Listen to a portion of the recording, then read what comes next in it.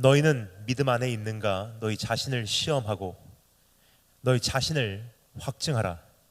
예수 그리스도께서 너희 안에 계신 줄을 너희가 스스로 알지 못하느냐? 그렇지 않으면 너희는 버림받은 자니라. 주님, 급속도로 변해가는 이 시대 속에서 우리 신앙을 온전히 진찰해볼 겨를도 없이 달려온 우리의 발걸음을 주님께서 긍휼히 여겨주시사 너무나 귀한 성에 허락하여 주셔서 더 먼 길 가기 전에 나와 내 가정과 교회를 보살피게 하심에 감사를 드립니다. 오늘부터 시작하는 이 성회 하나님께서 기름 부어 주시사 껍데기가 화려해지고 알곡은 상실되는 이러한 시대 속에서 우리 교회만큼은, 우리 가정만큼은, 내 신앙만큼은 이것을 영유할 수 있도록 주님께서 우리 은혜를 베풀어 주시기를 소망합니다. 예수 그리스도의 보혈 의지합니다. 오늘 우리를 다시 한번 정결케 깨끗게 씻어주시고 십자가 그늘 밑에 우리를 감추어 주시오며 주님께서 이 가운데 계셔서 임재하여 주시기를 소망합니다.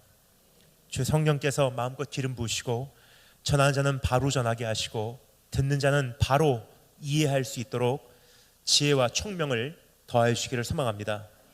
지금부터 시간을 주님 손에 의탁하며 살아계신 우리 주 예수 그리스도 이름으로 기도드립니다.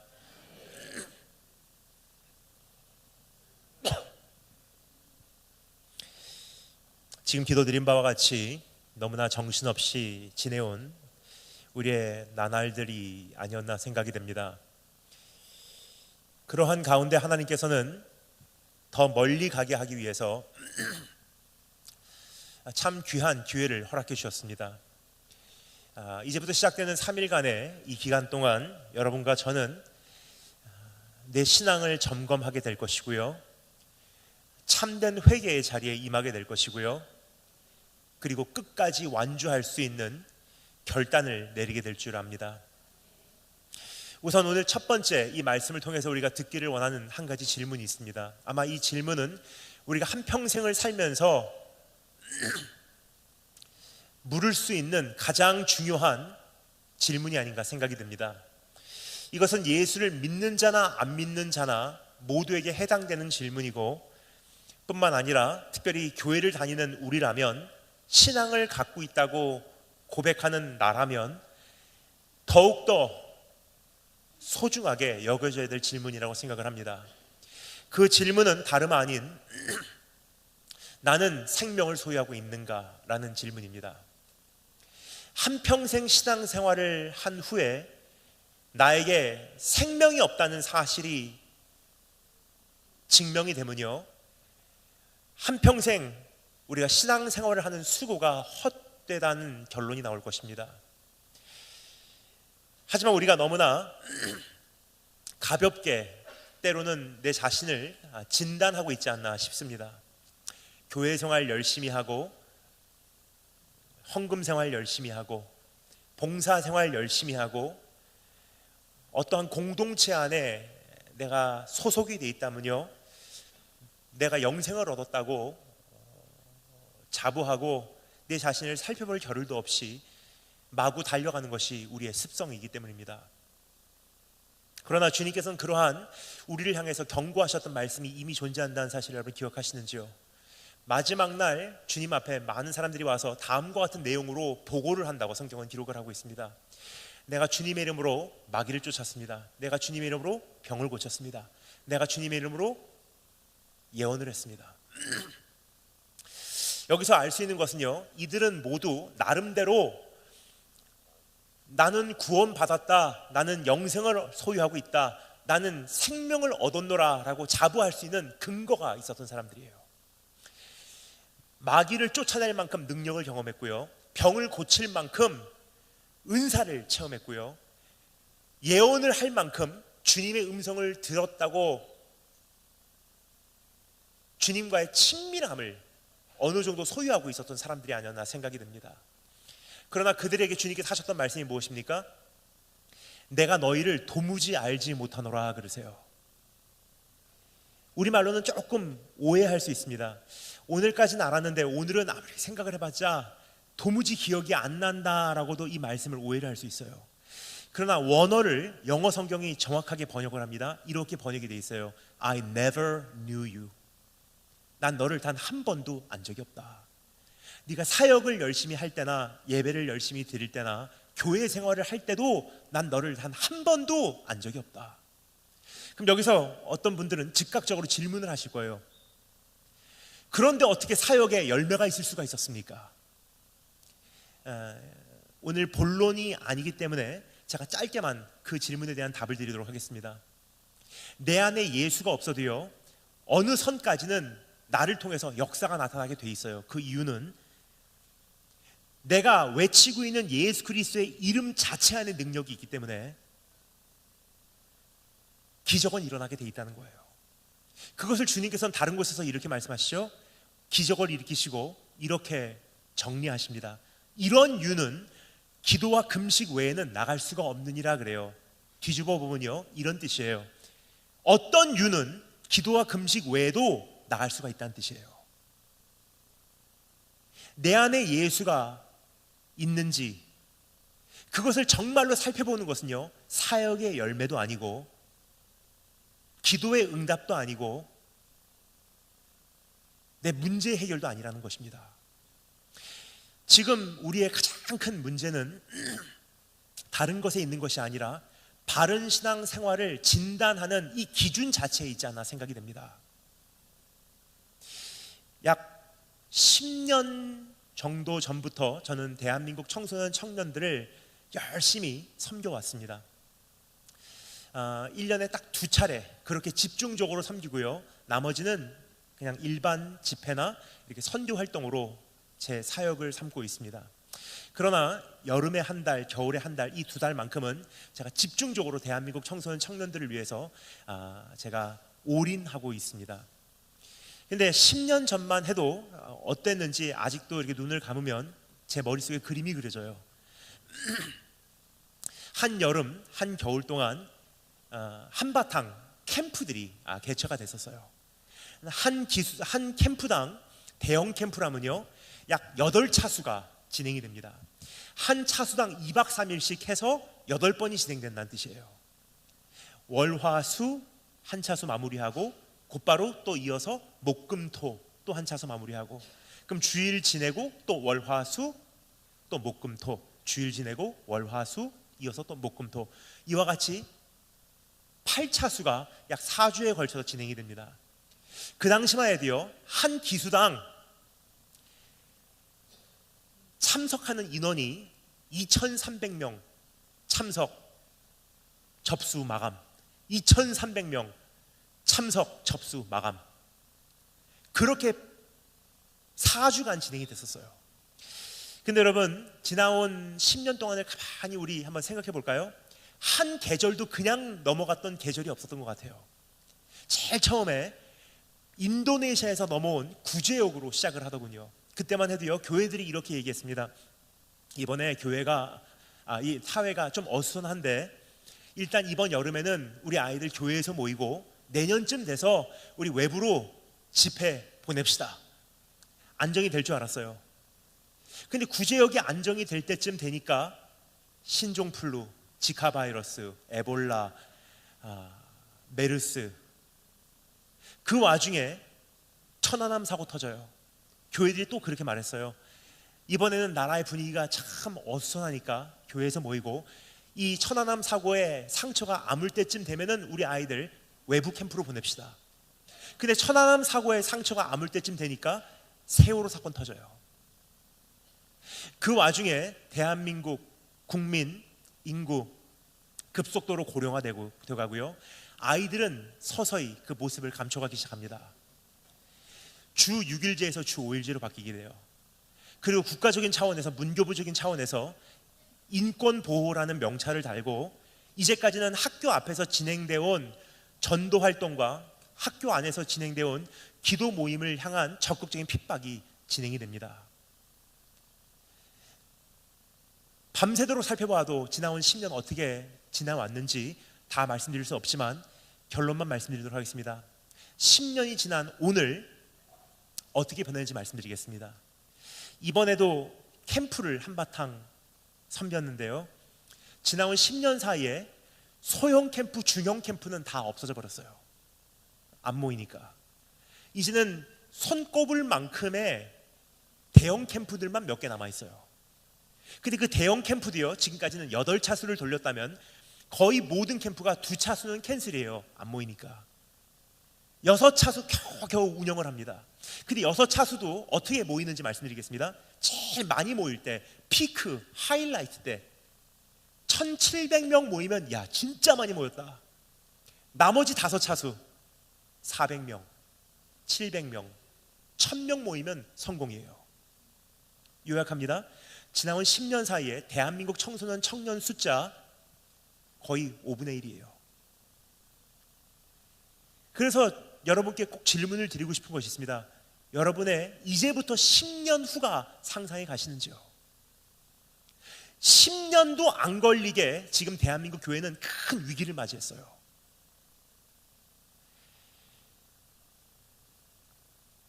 그러면 이제부터 10년 후라는 것은요, 이것보다 더 악화된다는 뜻이에요.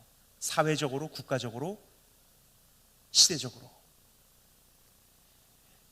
그러면 이제부터 또 한 번의 10년을 우리가 달려내기 위해서 나와 내 가정과 교회는 어떠한 자세에 서야 할 것인가? 복음 부흥성회잖아요. 그래서 오늘 이 첫 시간 가장 중요한 우리의 토대부터 정리해 나가는 것이 우선이 되지 않을까 생각이 됩니다. 내가 정말로 영생을 소유하고 있는가? 왜냐? 영생을 진짜로 소유한 사람들은 생명력이기 때문에 열매를 맺게 돼 있거든요. 생명력이기 때문에 재생산을 하게 돼 있거든요. 생명력이기 때문에 능력을 발휘하게 돼 있거든요. 근데 문제는 지나온 10년 동안 수많은 교회와 공동체는 생명을 탄생시키지 못했고요, 재생산하지 못했고요, 능력을 발휘하지는 못했다는 거예요. 그 원인을 추적해 보니 정말로 영생을 얻었는가 하는 질문에 도달하게 됩니다. 근데 이것도조차 우리가 분별할 수 있는 기회가 많이 없었어요. 왜냐? 조금 전에 말씀드린 대로 건강한 성도를 측정하는 기준 자체가 지금 완전히 변질돼 버린 시대에 저와 여러분이 살고 있기 때문이에요. 건강한 성도 보통 이렇게 평가합니다. 교회 생활 잘하냐? 헌금 생활 열심히 하냐? 봉사하냐? 한 번도 안 빠지고 예배에 출석 잘하고 있냐? 직분자냐? 헌신하냐? 다른 성도님들하고 원만한 관계를 유지하냐? 근데 성경을 보면 볼수록 한 가지 깜짝 놀랄 만한 것은요, 그것은 구원받은 사람들의 삶에 나타나야 하는 열매일 뿐이지 우리의 신앙을 본질적으로 진단하는 기준은 아니라는 거예요. 그럼 주님께서 말씀하시는 그 구원의 기준이 무엇인지, 오늘 이 말씀을 통해서 다음과 같은 3가지 기준을 발견할 수가 있습니다. 이 3가지 기준을 내 자신에게 한번 잣대질 해보며 무너진 곳 보수하시고 상실한 곳 되찾으시고 오늘 내 자신을 하나님 앞에서 온전히 다시금 일으켜 세우시는 그러한 나와 내 가정과 교회가 되기를 주님으로 축원합니다. 3가지 기준. 첫 번째, 나는 예수 그리스도를 알고 있는가? 두 번째, 나는 예수 그리스도를 영접하고 있는가? 세 번째, 나는 예수 그리스도를 믿고 있는가? 이 3가지 질문 내 자신에게 한번 물을 수 있는 기회가 되었으면 좋겠습니다. 그럼 첫 번째, 따라서 하겠습니다. 나는 예수 그리스도를 알고 있는가? 시간 관계상 다시 읽지는 않겠습니다. 하지만 이 말씀은 그냥 강사의 머릿속에서 이런 말 해야 되겠다 하고 준비해온 말이 아니라는 사실을 말씀드리기 위해서 10절부터 18절까지 말씀을 근거로 말씀드림을 우선 전해드리고 싶습니다. 예수 그리스도를 알고 있는가라는 질문을 먼저 살펴보기를 원하는데요, 오늘 이 말씀에 보면은 예수님께서 이 세상에 오셨는데 세상이 그를 알지 못하였고라고 세상의 잘못됨을 지적하고 있습니다. 반대로 말씀드리자면요, 정말로 구원받는 자, 하나님의 자녀가 되는 권세를 얻는 자, 쉬운 말로 영생을 소유한 자들에게는 한 가지 특징이 있어요. 예수 그리스도를 아는 자들이에요. 그럼 여기까지 말씀드리면 어떤 분들은 이렇게 질문하십니다. 나 예수님에 대해서 잘 알고 있습니다. 근데 오늘 예수를 아냐고 물어보는 질문, 도대체 이것은 무슨 뜻입니까? 예수님 당시에도요, 예수님에 대해서 아는 사람들 꽤 많았어요. 예수님과 심지어 식사도 했고요, 대화도 나눴고요, 교제도 했고요, 심지어는 예수님의 손길에서 나타난 기적도 맛본 사람들이에요. 근데 성경은 오늘 여전히 이렇게 그들에 대해서 소개합니다. 세상은 예수를 알지 못하였고 라고 되어 있어요. 그러니까 세상이 정죄받을 수밖에 없었던 제일 첫 번째 이유, 예수를 알지 못한 거예요. 그럼 도대체 안다는 것이 무엇인지 정리해 볼 필요가 있다는 것입니다. 성경적으로 보면요, 안다 하는 단어는요, 다음과 같은 두 가지 구성 요소로 이루어져 있습니다. 이 두 가지를 한번 우리가 구체적으로 살펴내려가도록 하겠습니다. 첫 번째, 예수 그리스도를 안다라고 하는 것, 따라하시면 되겠습니다. 예수 그리스도를 알아보았는가? 예수를 그리스도로 알아보았냐는 질문이에요. 그 당시 사람들, 예수님과 함께 식사도 했어요. 예수님과 함께 대화도 나눴어요. 예수님의 친구였어요. 예수님을 위대한 스승으로 여겼어요. 근데 성경이 말합니다. 세상은 예수를 알지 못하였고, 그 이유가 뭐냐? 예수님에 대해서 알았는데 예수님을 한 사람의 랍비로 알아본 거예요. 예수 그리스도를 한 사람의 유대인 스승으로 알아본 것입니다. 예수님을 이제부터 언젠가 왕이 돼서 이스라엘을 정치적으로 구할 왕 후보생으로 알아본 정도였었어요. 하지만 그리스도로는 알아보지 않았다는 사실입니다. 그럼 여러분, 나는 오늘 예수를 무엇으로 알아보고 있는지 한번 내 자신에게 묻기를 원합니다. 문제 해결자, 어머니의 신, 아버지의 신앙의 대상, 우리 가정의 신앙의 뿌리, 내 문제를 응답해 주시는 분, 이것은요, 예수님에 대한 부분의 소개지 그리스도라는 것은 아니에요. 그럼 그리스도라는 것은 무엇인지 이렇게 질문 드리고 싶습니다. 예수를 내 삶의 참된 보화로 알아보고 있는가? 예수를 나의 삶의 가장 소중한 생명으로 알아보고 있는가? 하나님께서 오늘 나에게 오셔서 이렇게 질문하시면 여러분 뭐라고 대답하실래요? 네가 원하는 것 다 허락해 줄게, 한 가지만 구해라. 그럼 무엇을 구하시렵니까? 오늘 이 부흥에 발걸음을 옮겨준 네 신앙의 자세가 참 귀하다. 그래서 말인데, 내가 너에게 한 가지 네가 원하는 거 허락해 주기를 원한다. 뭐든지 좋으니까 한 가지만 구해라. 그럼 여러분 무엇을 구하실래요? 가정에 어려움이 있습니다. 하나님 해결해 주세요. 우리 자녀가 질병에 걸렸어요. 하나님 치유해 주세요. 우리 가정 이젠 산산조각나기 일보 직전입니다. 화해케 해주세요. 내 진로 하나님 열어주세요. 유학의 길 열어주세요. 지금 진학의 길 하나님 활짝 열어주시기를 원합니다. 지금 내가 입사해야 됩니다. 하나님 허락해 주시기를 원합니다. 나름대로 다 급한 기도고요, 소중한 기도 제목이에요. 그러나 한 가지만 구해라 했을 때 거기서 나오는 그 한 가지가요, 그게 그리스도예요. 나타나는 이것만 있으면 내가 인생에 더 이상 바랄 게 없는데, 이것만 해결되면 내 인생에 더 이상 원하는 게 없을 텐데, 내 인생의 구원자. 오늘 여러분의 삶 속에는 예수 그리스도는 그러한 존재이십니까? 아니면 그 외에 다른 존재이십니까?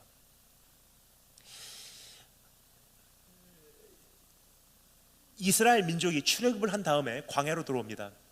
광야로 들어와서 우리가 너무나 잘 아는 참 유명한 사건을 저질러요. 우상숭배의 죄를 짓습니다. 그 우상숭배하는 이스라엘 민족을 보시고 하나님께서 분노하셔서 다 쓸어버리시려고 하다가 하나님께서 모세에게 이렇게 말씀하시는 내용 우리가 잘 알고 있지 않습니까? 모세가 가만히 보니까 이 민족하고 나하고는 약속의 땅까지는 못 갈 것 같다. 너희는 목이 고진 백성이 즉 가다가 내가 너희를 불살라 없어버릴까 봐 두렵노라. 그래서 말인데 나는 신실한 하나님이야. 따라서 내가 너희에게 약속하고 애굽에서 이끌어냈기 때문에 너희에게 약속한 것은 반드시 지켜내마. 너희를 반드시 젖과 꿀이 흐르는 그 땅에 들여는 가게 해줄게. 그 정도 차원이 아니야. 너희가 약속의 땅에 도달하기까지 나의 천사를 너보다 먼저 보내서 가나안 땅에 살고 있는 모든 족속을 다 밀어내주마. 즉 너희가 약속의 땅에 들어갈 때까지, 응답의 현장에 이르기까지, 네 인생과 너의 운명이 바뀌기까지 모든 자원 뒤에서 다 공급해 줄게. 그러나 그 인생은 내가 들어갈 자리가 없어. 너희만 가라. 그 질문이에요.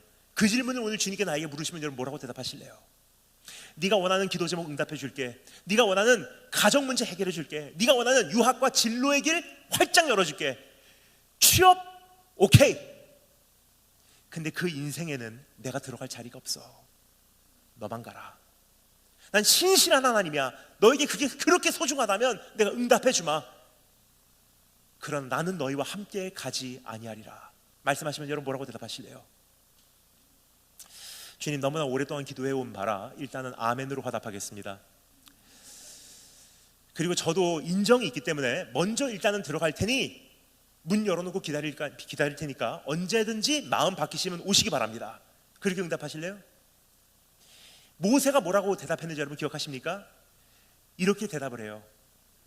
주께서 우리와 함께 약속의 땅으로 올라가지 아니하시려거든 아예 우리를 이 광야에서 올려보내지 마옵소서. 그래요.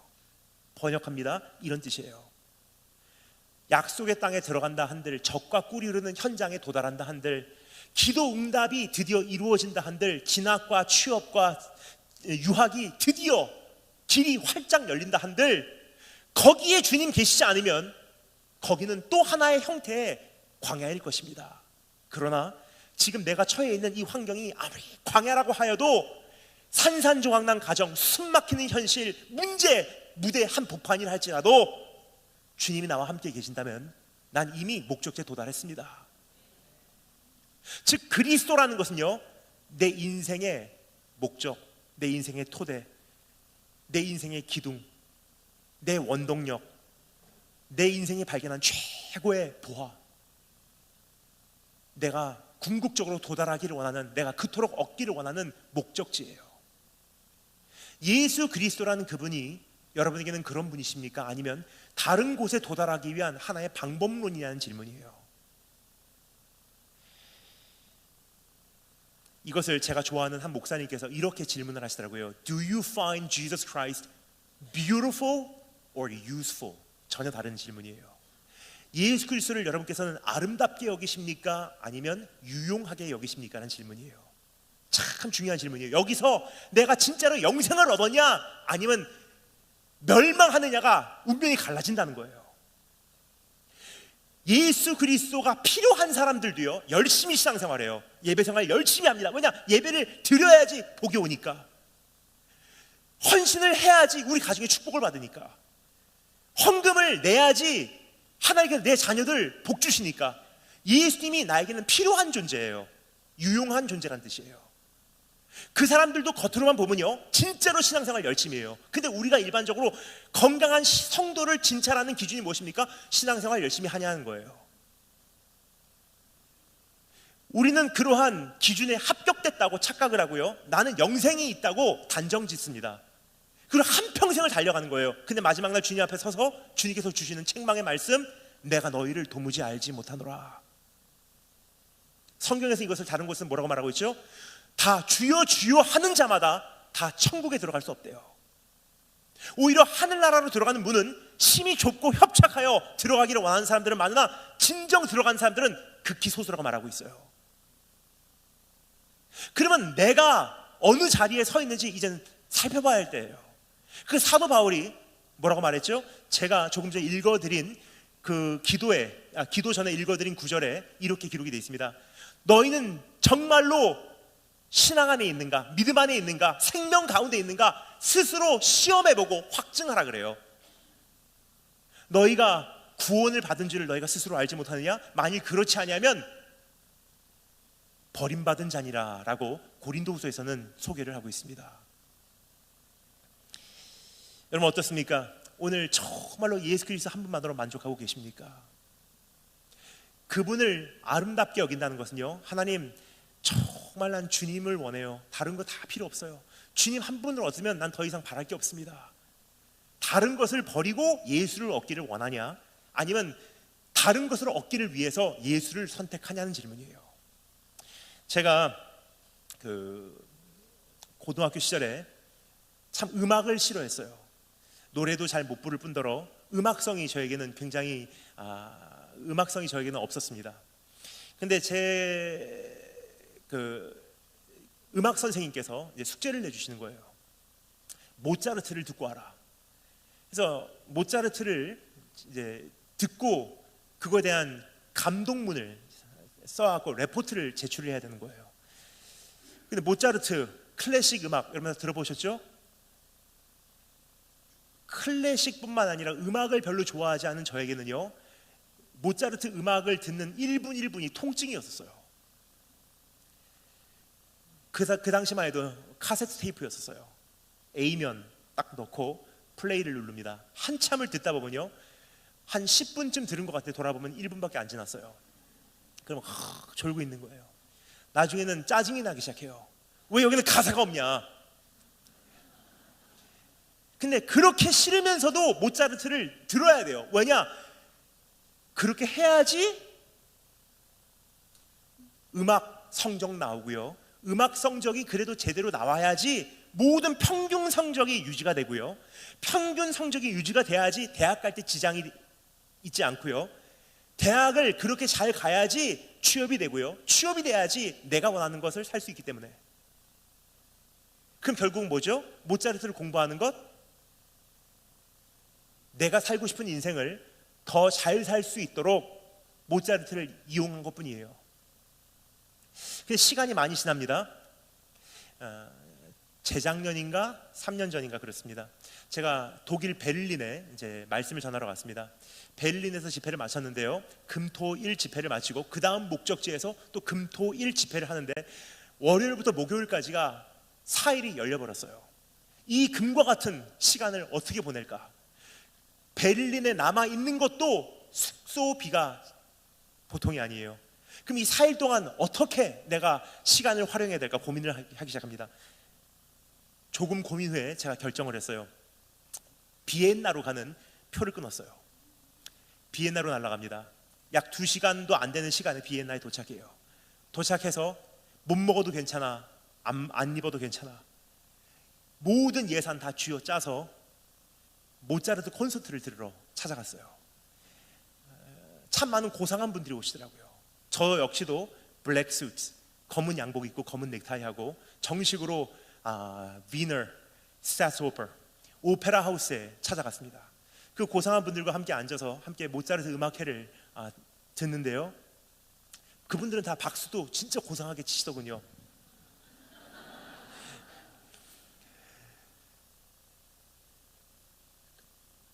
네 시간짜리의 공연이 10분 정도로 느껴졌어요. 얼마나 행복하고 그 멜로디 하나하나가 음미가 되는지.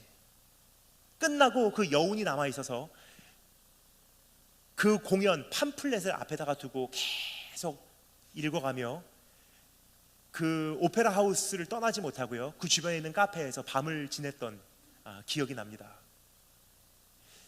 고등학교 시절하고 지금하고 비하면요, 뭐가 달라졌죠? 그때는 모차르트를 이용해서 성적, 모차르트를 이용해서 더 나은 삶, 모차르트를 이용해서 내 인생의 성공을 보장받기를 원했던 거예요. 근데 지금 무엇입니까? 내가 가지고 있는 돈을 소비해서, 내가 가지고 있는 시간을 투자해서 모차르트 자체가 좋은 거예요. 그래서 여기서 우리가 내 자신에게 묻기를 원하는 질문이 바로 이것입니다. 나는 예수 그리스도를 유용하게 여기고 있느냐, 아니면 아름답게 여기고 있느냐?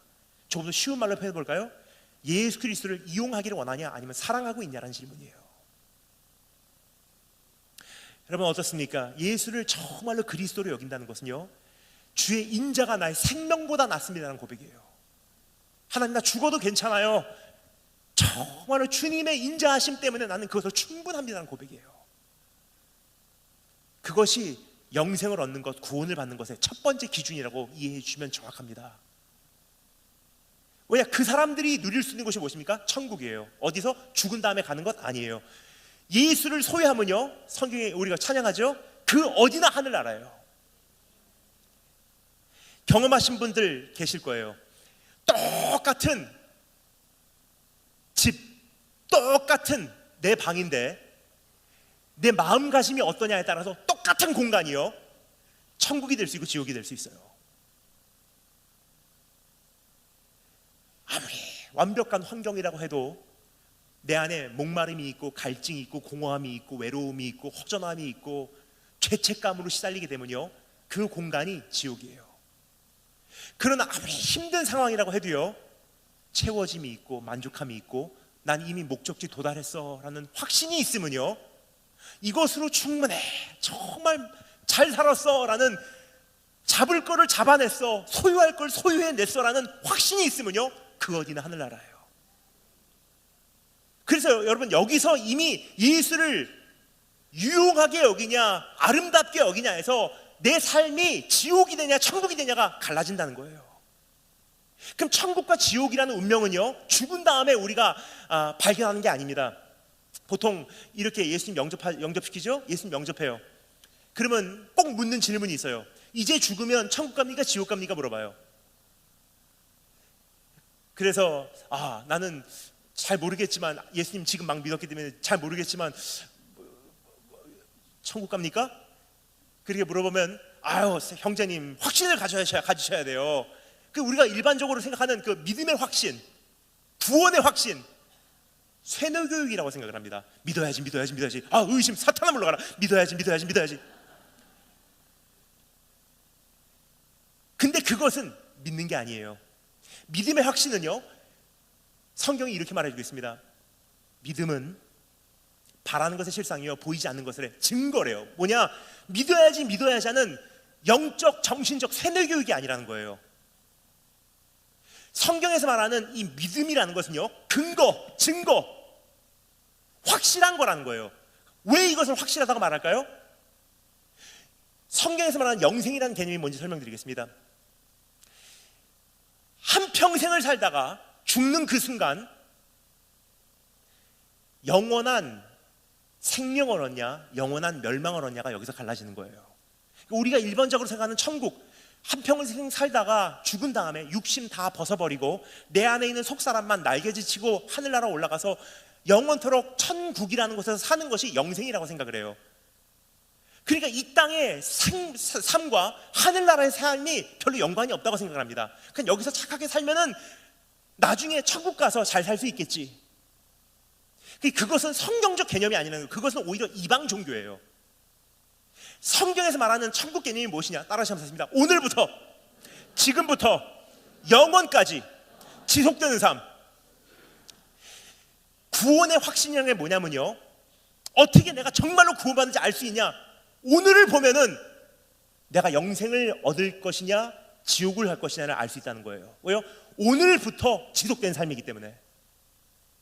쉽게 말씀드려서요, 천국과 같은 에덴 동산과 같은 많은 축복을 입은 그러한 환경에 살면서 내 안에 있는 굶주림, 목마름, 허전함, 죄책감, 아쉬움, 미움, 시기, 질투, 분노 때문에 내 삶이 지옥과 같이 경험이 된다면요, 그 사람이 죽는 날 주님께서 이렇게 말씀하실 것입니다.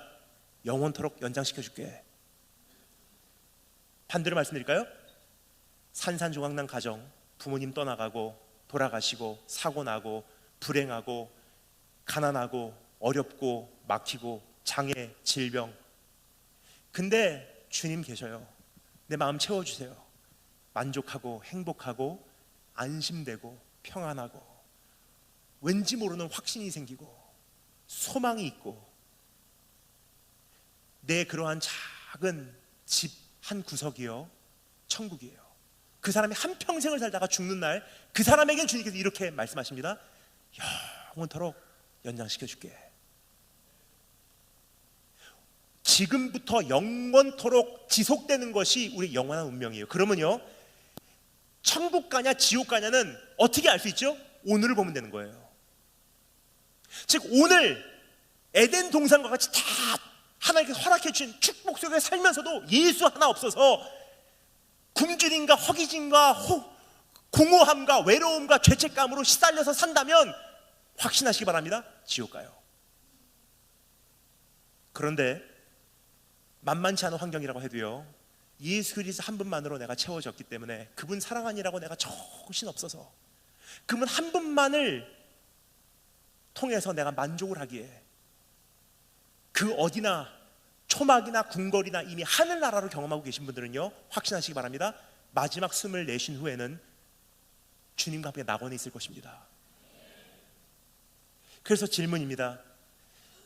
예수를 그리스도로 알아보았는가? 라는 질문이에요. 두 번째 질문 따라서 한번 하겠습니다. 예수 그리스도를 인정하고 있는가? 오늘 이 말씀 보면요, 예수님께서 이 세상에 왔는데 사람들이 they did not acknowledge him, 예수를 인정하지 아니하였대요. 그러니까 예수를 알아본다는 것은요, 예수를 안다는 것은요, 예수를 알아보는 것과 두 번째 예수를 인정하는 거예요. 예수를 그리스도로 진짜로 인정하냐는 질문이에요. 그런데 여러분, 진짜로 인정하면요, 삶이 바뀌게 돼 있어요. 제가 좋아하는 작가가 있습니다. C.S. 루이스, 여러분 다 잘 아시죠? C.S. 루이스라는 작가가 쓴 대표적인 책 나니아 연대기라는 책도 있지만, 우리 기독 청소년 청년들에게 제가 꼭 한번 권해드리고 싶은 한 권의 책이 있습니다. A Mere Christianity, 순전한 기독교라는 책이에요. 한 번쯤은 꼭 읽으셔야 돼요.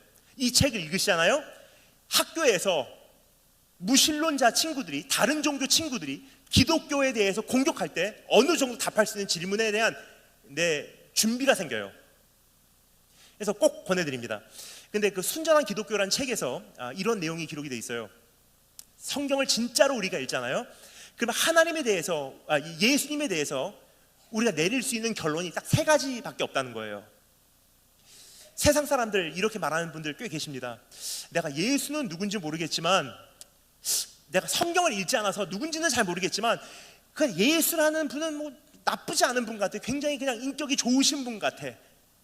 그냥 난 예수를 믿지는 않지만 그냥 그분이 좋은 분 같아 라고 이야기하시는 분들이 계세요. 근데 제가 그 말을 설명해 드릴까요? 이런 뜻이에요. 나는 성경을 읽어본 적도 없고 예수에 대해서 전혀 모릅니다라는 뜻이에요. 왜냐? 성경을 여러분 진짜로 읽잖아요. 성경을 있는 그대로 한번 직면을 하면요, 예수는 좋은 분 같아라는 결론이 나올 수가 없어요. 왜요? 예수님께서 말씀하셨던 내용이요, 사실은 문제투성이의 말씀들이 굉장히 많기 때문에. 어떤 말씀들이 있죠? 한 가지 예를 들겠습니다. 이런 말씀을 하신 분이세요. 우리 주님은 누구든지 나를 따라오려거든, 누구든지 나의 제자가 되려거든, 부모와 자식과 형제와 자기 자녀마저도 미워하지 않고는 나의 제자가 될 수 없느니라. 이런 말씀을 하시는 분을요, 난 예수님이 누군지 모르겠지만 왠지 모르게 좋은 분 같아라는 결론이 나올 수가 없어요. 그럼 성경에서 말하는 예수를요, 우리 한번 진짜로 읽어보잖아요. 마음을 다 백지로 비고서 진짜로 성경을 읽어보면요, 예수 그리스도의 정체성은 딱 세 가지 중에 하나 가능성밖에 없어요. 세 가지 가능성이 있다는 거예요. 이 셋 중에 하나, 그분이 누구신지 한번 생각해 보실래요? 이 세 가지 가능성 다 영문 L로 시작하는 단어예요. 첫 번째, 영어로 lunatic, 뭐죠? 정신질환자일 가능성이 있다는 거예요. 예수님께서 성경에서 말씀하신 내용을 그냥 내 마음을 다 백지로 비우고요, 있는 그대로 한번 직접 보잖아요. 첫 번째 가능성, 예수는 아마 정신질환자였을 가능성이 높다. 왜요? 이런 말 누가 합니까? 나는 하늘에서 내려온 떡이야. 내 피를 먹고 마셔야 돼. 나 누구든지 하나님을 본 사람은 없어. 나를 본 자는 하나님을 본 것과 마찬가지야. 이것은 심리학적으로 illusion of grandeur라고 하는 정신질환이에요. 자기 자신을 굉장히 과대평가하는 망상. 그럼 두 번째 가능성, 이것도 영문 L입니다. A liar, 뭐죠? 거짓말장이, 사기꾼, 허풍장이에요. 첫 번째는 본인도 거짓말 시키는지 몰라요. 왜냐? 정신질환이기 때문에. 두 번째는요, 의도적으로 속이는 거예요. 도덕적으로 잘못됐다는 뜻이에요. 본인은 이게 가짜인 줄 알아요. 근데 본인은 가짜인 줄 알면서도 속임수를 쓰는 거예요. 어떤 말을 했죠? 이런 말 누가 합니까? 나에게 잘해. 그 나라에 보화를 쌓아야 돼. 내가 너희를 위해서 너희가 있을 곳을 준비하러 가노라. 나에게 잘해. 준비가 되면 데리러 올게. 입주할 준비가 되면은 데리러 올 테니까 지금 다 투자해. 이런 말 누가 해요? 사기꾼들이 하는 얘기예요. 그러니까 예수님께서 하신 말씀을 진짜로 보잖아요. 사실은 문제투성인 게 굉장히 많다는 거예요.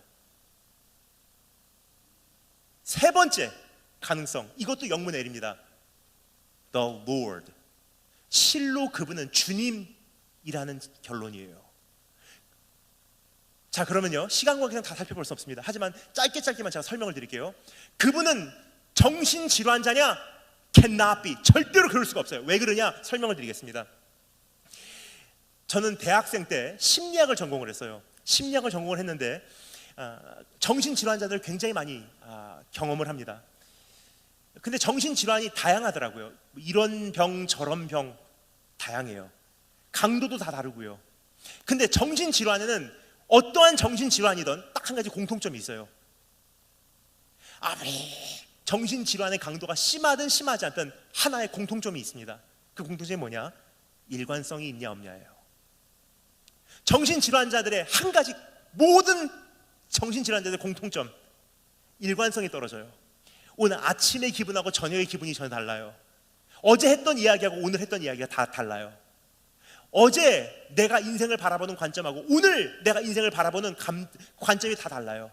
오늘 아침에는 난 할 수 있어요, 난 사랑받고 있어야 하다가 오늘 저녁에는 죽어야지.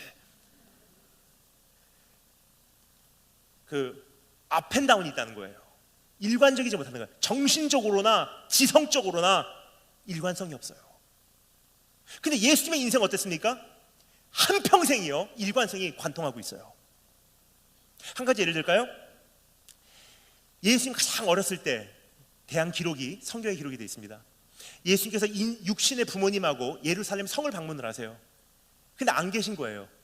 한참을 찾아보니까 결국 어디서 발견이 됐죠? 성전에서 선생들과 대화를 나누고 계세요. 아버지 요셉이 와서 예수님을 꾸짖습니다. 아들아, 너를 얼마나 찾아온 줄 아냐? 예수께서 뭐라고 말씀하십니까? 내가 아버지의 집에 있어야 되는 줄 몰랐나니까 그래요. 무슨 뜻이냐면요, 나는 하나님의 아들입니다라는 개념이 확실했어요. 언제까지? 나는 하나님의 아들이라는 이 하나 굽히지 못해서요, 결국은 십자가에 못 박혀 죽임을 당하는 그 순간까지. 예수님의 인생은요, 한 가지 우리가 인정할 수밖에 없는 것, 일관성이 관통을 하고 있어요. 따라서 정신질환자는 아니라는 거예요. 그럼 두 번째 가능성, 그분은 사기꾼, 거짓말장이, 허풍장일까요? cannot be. 절대 그럴 수 없어요. 왜냐? 사람은 내 인생의 한 영역, 작은 부분에서만 나쁘게 살아야지라는 것이 불가능해요. 나는 다른 사람한테 정말로 도덕적으로 행하고 정말로 깨끗하게 살고 거룩하게 살고 진짜로 순결하게 살지만 엄마한테만 잘못할래. 그건 불가능해요.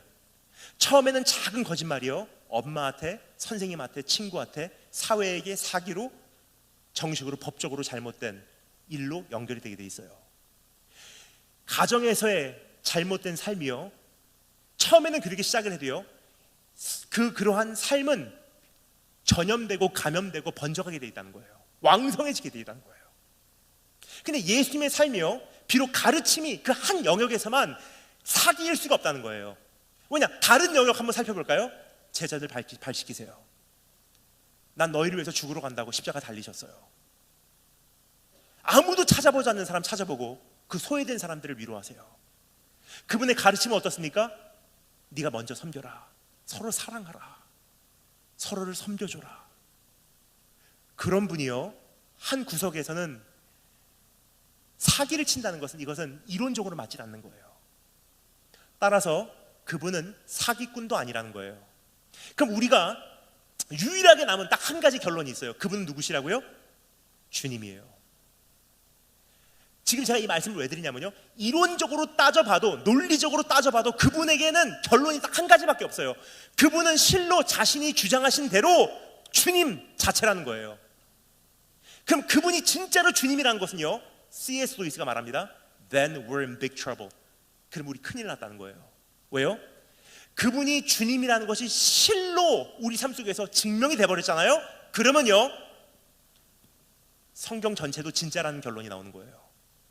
그분이 진짜로 주님이라는 결론이 나오잖아요.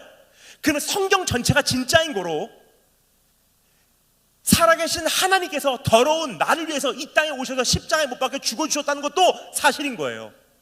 그것도 사실이면요, 그분께서 부활하신 것도 사실, 승천하신 것도 사실, 지금 하나님 보좌 우편에 앉아 계신 것도 사실, 그것이 사실이라면요, 이제 얼마 남지 않아서 산자와 죽은 자를 심판하러 이 땅에 오시는 것도 사실, 그날까지 우리의 삶을 일거수일투족 불꽃 같은 눈동자로 살피시고 계신 것도 사실, 이 예배 가운데 함께 하신 것도 사실, 그게 사실이라면요, 우리 고백이 바뀌게 돼 있어요. 예배가 바뀌게 돼 있어요. 하나님을 향해서 경직됨이 바뀌게 돼 있어요. 예배를 드리는 태도가 바뀌게 돼 있어요. 우리의 신앙의 거룩함이 바뀌게 돼 있어요. 내 인생을 살아가는 가치 기준이 바뀌게 돼 있어요. 어디에다가 내 삶을 투자하냐가 바뀌게 돼 있고요, 보화를 어디다가 쌓냐가 바뀌게 돼 있고요, 인생을 구축해 나가는 건설 모양 자체가 다르게 돼 있다는 거예요. 그러나 그렇지 못하다는 것은요, 머리로는 이해해도 사실은 마음 깊숙한 곳에서는 예수를 그리스도로 인정하지 않고 있다는 결론이에요.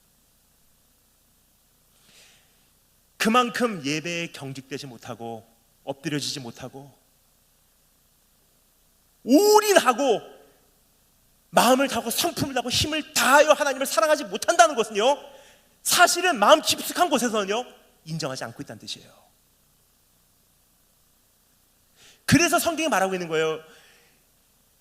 예수께서 이 세상에 오셔서 그분과 식탁에서 대화도 같이 하고 식탁에서 식사도 같이 하고 그분에게 가르침도 받고 랍비라고 쫓아다녔던 그 사람들이요, 예수를 알지 못하였고 예수를 그리스도로 알아보지 못하고 예수를 그리스도로 인정하지 않았다는 거예요. 한 사람의 유대인 랍비로, 위대한 선생님으로, 나의 친구로, 선한 사람으로 알아봤고 인정했죠. 그리스도로는 알아보지 못했고 인정하지 않았다는 거예요. 대표적인 예가 있습니다. 어떤 사람이요, 예수님께 와서 이렇게 말합니다. 주님, 내가 주님을 따라가기를 원합니다. 그런데 먼저 가서 우리 부모를 장사하고 오게 하옵소서. 주님께서 뭐라고 말씀하시죠? 죽은 자가 죽은 자를 장사하게 하라. 저 어렸을 때 그 말씀이 저에게는 시험거리였어요. 아, 우리 주님은 장례식을 싫어하시는구나. 근데 이 말씀을 읽어보면 그런 뜻이 아니에요. 해석해드리겠습니다. 이런 뜻이에요. 네가 정말로 살아있기 때문에, 영적 눈이 띄어있기 때문에, 그래서 네가 나를 정말로 바라보고 내가 누군지를 안다면 먼저 가서 이거 하고 오겠습니다라는 말이 나올 수가 없어. 하나님, 먼저 가서 내 사업 좀 안정시키고요, 먼저 가서 내 가정 좀 돌보고요, 먼저 가서 내가 살만할 때쯤 내가 이 문제 좀 수습하고요, 그 다음에 신앙생활 열심히 하겠습니다라는 이 고백은요, 번역해 드릴까요? 이런 뜻이에요. 난 사실은 그분이 누군지 모르고 있어요 라는 뜻이에요. 네가 정말로 살아있기 때문에, 나를 보기 때문에 내가 누군지를 안다면 그런 말이 나올 수가 없어. 넌 죽은 자야. 그러니까 네가 가서 네 부모를 장사하던 말던 네 마음대로 해라, 그 뜻이에요. 정말로 예수를 알아본 사람들 한 가지 반응밖에 없었어요. 자기의 모든 소유 팔아서 그 보화가 담겨져 있는 밭을 샀대요. 그래서 주님께 뭐라고 말씀하십니까? 천국은 마치 이러한 사람이래요. 정말로 예수 그리스도를 그렇게 알아보셨습니까? 아니면 그냥 습관 안에 있는 한 분, 일상 안에 계신 한 분, 많은 인생 살아가는 선택의 여지 속에 한 분으로 보고 계십니까? 하나님께 유일한 마땅한 우리의 자세가 있어요. 성경이 그것을 이렇게 알려주고 있어요. 하나님을 향한 우리의 마땅한 유일한 딱 한 가지 자세, 마음을 다하고 성품을 다하고 힘을 다하여 주 여호와 하나님을 사랑하라. 그거 외에는요, 사실은 하나님은 모르고 있다는 거예요. 그래서 질문입니다. 정말로 내가 구원받았는지, 정말로 내가 영생을 얻었는지, 이제는 내 자신을 하나님 앞에서 주님의 기준으로 진찰해 봐야 될 때예요. 자, 그럼 두 번째 질문 생각해 보도록 하겠습니다. 따라하시 겠습니다. 나는 예수 그리스도를 영접하고 있는가? 이제 점점 목소리가 작아지기 시작하십니다. 처음에는 이 내용이 어떤 내용인지 보니까 난 예수 그리스도를 알고 있는가 하다가 난 예수 그리스도를 영접하고 있는가. 조금 더 살펴보도록 하겠습니다. 이번에는요, 우리가 한 구절만 한번 읽어보도록 하겠습니다. 조금 읽어보겠습니다. 1절부터 5절까지만 한 목소리 읽어보도록 하겠습니다. 1절부터 5절까지만 먼저 우선 읽어보도록 하겠습니다. 다 같이 읽겠습니다. 시작.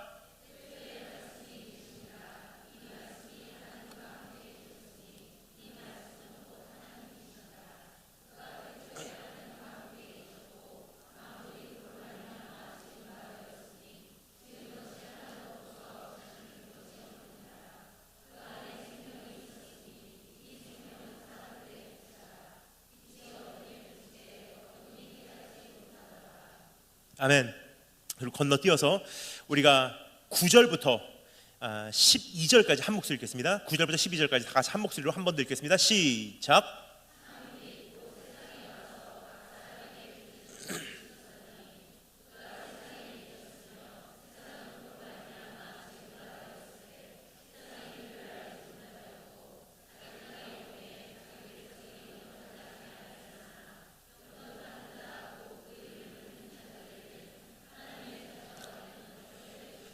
아멘. 지금 읽은 내용 그대로예요. 예수께서 이 세상에 오셨는데 알지 못했대요. 깨닫지 못했대요. 인정하지 않았다는 거예요.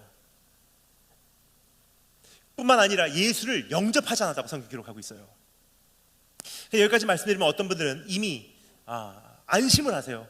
나는 영접했어요. 근데 우리가 생각하는 영접의 기준이 뭐냐? 영접기도 했냐 안 했냐예요. 보통 이렇게 진행이 됩니다. 한 30분 정도 이제 드디어 복음 제시를 받습니다. 그것이 전철역에서 하든 버스 터미널에서 받든 공원에서 받든 아니면 새신자 교육 때 받든 30분 정도 짧은 간략한 내용을 전해 들어요. 예수님 십자가 사건부터 부활과 승천, 그리고 주님이 나를 사랑하신다는 사실을 전해 듣습니다. 다 전해 듣고 이제는 그 운명적인 질문을 우리는 드디어 맞이합니다. 예수 그리스도를 영접하시겠습니까? 나를 전도하는 이분에게 특별한 반감이 있지 않는 한, 내가 꼭 지옥 가고 싶다 하는 그 열정이 있지 않는 한, 웬만하면 그 초청에 우리는 응합니다. 영접할게요. 그럼 이렇게 말합니다. 그러면 영접 기도를 하셔야 됩니다. 그래서 제가 말할 테니까 한마디 따라서 반복해 주면 좋을 것 같습니다. 형제님 혹은 자매님 어떻게 기도하시는지 모르시잖아요. 단지 진심으로 내가 안내를 할 테니까 한마디 따라서 그대로 내 기도와 같이 기도하십시오. 그리고 이제 기도에 들어갑니다. 자, 눈 감으시고 하고 이제 기도에 들어가요. 예수님, 그러면 따라서 해요. 예수님, 난 죄인입니다. 난 죄인입니다. 내 마음을 엽니다. 내 마음을 엽니다. 내 안에 들어와 주세요. 내 안에 들어와 주세요. 나 예수 믿고 천국 가고 싶습니다. 나의 구세주가 되주세요. 예수 이름으로 기도합니다. 아멘 하면 이렇게 얘기해요. 이제 예수님 영접했으니까 천국 갑니다. 그냥 이것도 어떤 면에서는 진리예요. 하지만 정말 중요해야 되는 것은요, 우리가 먼저 해결해야 될 문제가 있어요. 언제부터 우리의 신앙이요 바른 주문을 외우면 천국 가는 신앙이 됐습니까? 성경에서 이것을 뭐라고 말하죠? 중언부언하지 말라 그래요. 마태복음 6장입니까? 7장입니까? 기록된 내용이죠. 너희는 기도할 때 바리새인과 같이 하지 말라. 이건 mechanically, 기계화적으로 하지 말라는 거예요. 어떤 공식적으로 이것을 그대로 진행하면은 하나님께서 너에게 복 주신다고 착각하지 말라는 거예요. 그러면서 주님께서 또 다른 예를 드세요. 이방인과 같이 중언부언하지 말라 그래요. 왜냐? 그 당시 이방인들이 어떻게 기도했는지 설명드리겠습니다.